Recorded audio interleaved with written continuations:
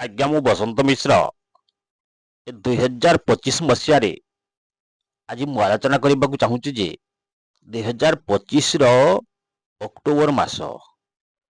October ମାସଟି ଭାରି ଶ୍ରେଷ୍ଠ ମାସ, ମଙ୍ଗଳ ମାସ, ଶୁଭମୟ ମାସ। ଆଜ୍ଞା କାହିଁକି ମୁଁ ଏ କଥା କହୁଛି? ଆପଣମାନେ ଯୁଗ ଯୁଗ ବର୍ଷ ବର୍ଷ ଧରି ଦେଖି ଆସିଛନ୍ତି ଏଭଳିଆ ଶୁଭ ଦିନ କେବେ ଆସିନଥିଲା। ଶୁଭ ଦିନଟି ଆସିଲା 2025 ମସିହାରେ ଅକ୍ଟୋବର ମାସରେ। ଆଜ୍ଞା ସବୁ କିଛି ପର୍ବପର୍ବାଣୀ ହେଉଛି। ସେଇଥିପାଇଁ ମୁଁ କହୁଛି ଯେ ଏ ଅକ୍ଟୋବର ମାସ ସବୁଠୁ ଶୁଭ ମାସ। ଆଜ୍ଞା ଅକ୍ଟୋବର ମାସରେ ଦେଖନ୍ତୁ କି ଭଳିଆ ସବୁ କିଛି ହେଲା। ଦୁର୍ଗା ପୂଜା, ଆଦିଶକ୍ତି ମା ଦୁର୍ଗାଙ୍କ ପୂଜା ମଧ୍ୟ ଅକ୍ଟୋବର ମାସରେ ହିଁ ଶେଷ ହେଲା। ଲକ୍ଷ୍ମୀ ପୂଜା, ଧନର ଦେବୀ ବୋଲି ଯାହାକୁ ପୂଜା କରୁଥିଲେ, ଧନର ଦେବୀ ବୋଲି ଯାହାକୁ ପୂଜା କରୁଛନ୍ତି, ଜଗତର ଠାକୁରାଣୀ ମହାଲକ୍ଷ୍ମୀ, ମା ଲକ୍ଷ୍ମୀଙ୍କ ପୂଜା ଅକ୍ଟୋବର ମାସରେ ହେଲା। ପୁଣି ଆସୁଛି ମହାକାଳୀ ପୂଜା। ଆଜ୍ଞା କାଳୀ ପୂଜା ନାଁଟି ଶୁଣିଲେ ଛାତିଟି ଥରି ଉଠେ। କାହିଁକି? କାଳୀ ଗୋଟିଏ ଏମିତି ଠାକୁରାଣୀ ମନକୁ ଦହଲେଇ ଦିଏ। କାହିଁକି? ସେ କାଳୀ ରୂପଟି ହିଁ ଅଲଗା।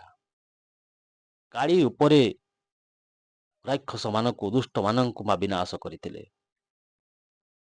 ଆଉ ସେ କାଳୀ ରୂପଟି ଦେଖିଲା ମାତ୍ରେ ମନଟି ଥରି ଉଠେ, ଭୟଜାତ ହୁଏ। ଧନ୍ୟ ଧନ୍ୟ ମା କାଳୀ, ତୁମର ସେ କାଳୀ କରାଳି ରୂପଟିକି ଦେଖିବା ପାଇଁ ଲକ୍ଷ ଲକ୍ଷ ଭକ୍ତ ମନ୍ଦିର ବେଢାକୁ ଆସି, ଆଜ୍ଞା ଆପଣମାନେ ସମସ୍ତେ ଜାଣନ୍ତି ମା କାଳୀଙ୍କ ରୂପ ଭାରି ଦୁର୍ଦାନ୍ତ ରୂପ, ଦେଖିଲା ମାତ୍ରେ ଭୟ ଜାତ ହୁଏ। ସେହି କାଳୀଙ୍କ ପୂଜା ଏ ଅକ୍ଟୋବର ମାସରେ ହିଁ ଶେଷ ହେବାକୁ ଯାଉଛି। ବିଶେଷ କଥା ହେଲା କାଳୀ ପୂଜା ଆସନ୍ତା 20 ତାରିଖ, ଅକ୍ଟୋବର ମାସ ଆସନ୍ତା 20 ତାରିଖରେ ମା କାଳୀଙ୍କ ପୂଜା ହବ। ଆଜି ଆମେ ସୁନ୍ଦର କଥାଟି ଆଲୋଚନା କରିବା, କାଳୀ ପୂଜାରେ କାହିଁକି ଦୀପ ଜଳା ହୁଏ? ଘରେ ଘରେ କାହିଁକି ଦୀପ ଜାଳନ୍ତି କାଳୀ ପୂଜାରେ? ଦୁର୍ଗା ପୂଜା ଗଲା, ଘରେ ଘରେ କେହି ଦୀପ ଜାଳିଲେ ନାହିଁ। ଲକ୍ଷ୍ମୀ ପୂଜା ଗଲା, ଘରେ ଘରେ କେହି ଦୀପ ଜାଳିଲେ ନାହିଁ। କିନ୍ତୁ କାଳୀ ପୂଜାରେ କାହିଁକି ଦୀପ ଜାଳନ୍ତି, ବାଣ ଫୁଟାନ୍ତି? ଆଜି ସୁନ୍ଦର କଥାଟି ମୁଁ ଆଲୋଚନା କରିବାକୁ ଯାଉଛି। ଧ୍ୟାନ ସହ ଶୁଣନ୍ତୁ, ଭିଡିଓକୁ ଶେଷ ପର୍ଯ୍ୟନ୍ତ ଦେଖନ୍ତୁ। ନିଶ୍ଚିନ୍ତ ଭାବରେ ଆପଣମାନେ ଜାଣିପାରିବେ ଏ ଭିଡିଓର ରହସ୍ୟ କଣ ଅଛି।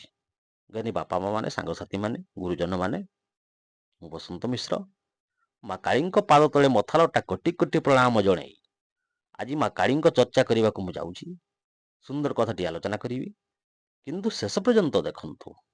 ଯଦି ଶେଷ ପର୍ଯ୍ୟନ୍ତ ଦେଖିବେନି ଏ ରହସ୍ୟ ବୁଝିପାରିବେନି, ଜାଣିପାରିବେନି। ଆଜି ମୁଁ ଆଲୋଚନା କରିବି, ଯେ କୌଣସି ପର୍ବପର୍ବାଣୀ ହୁଏ, ପୂଜା ପାଠ ହୁଏ, ସମସ୍ତ ଘରେ ଘରେ, ରାଜ୍ୟ ରାଜ୍ୟରେ କେହି କେବେ ଦୀପ ବା ବାଣ ଜଳାନ୍ତି ନାହିଁ, ବାଣ ଫୁଟେ ନାହିଁ, ଦୀପ ବି ଜଳେ ନାହିଁ। କିନ୍ତୁ ଆଜି ମୁଁ ଆଲୋଚନା କରିବି ଯେ କାଳୀ ପୂଜାରେ କୋଉଥିପାଇଁ, କଣ ପାଇଁ ସମସ୍ତ ଘରେ ଘରେ ଦୀପ ଜାଳନ୍ତି, ଆଲୋକିତ କରନ୍ତି, ଏଭଳିଆ କି ସାଜସଜ୍ଜା ମଧ୍ୟ କରନ୍ତି, ଗ୍ରାମକୁ ଗୃହକୁ ପୁରସ୍କାର କରନ୍ତି। କୋଉଥିପାଇଁ ଆଜ୍ଞା? ଆପଣମାନେ ଦେଖିବେ କାଳୀ ପୂଜା ଯେତେବେଳେ ଆସିବ ନା, କାହା ଘରେ ମଇଳା ପାଇବେନି। ଘର ସଫା ହବ, ରଙ୍ଗ ଦିଆ ହବ। ଆଜ୍ଞା ଆପେ ଆପେ ବୁଝିପାରିବେ ଯେ କାଳୀ ପୂଜା ଆସୁଛି। କି ସୁନ୍ଦର ଜିନିଷଟି ଆଜି ଆଲୋଚନା ହବ। ଜ୍ଞାନୀ ବାପା ମାନେ, ସାଙ୍ଗସାଥି ମାନେ, ଏ ଭିଡିଓଟିକୁ ଶେଷ ପର୍ଯ୍ୟନ୍ତ ଦେଖନ୍ତୁ। ଏହାର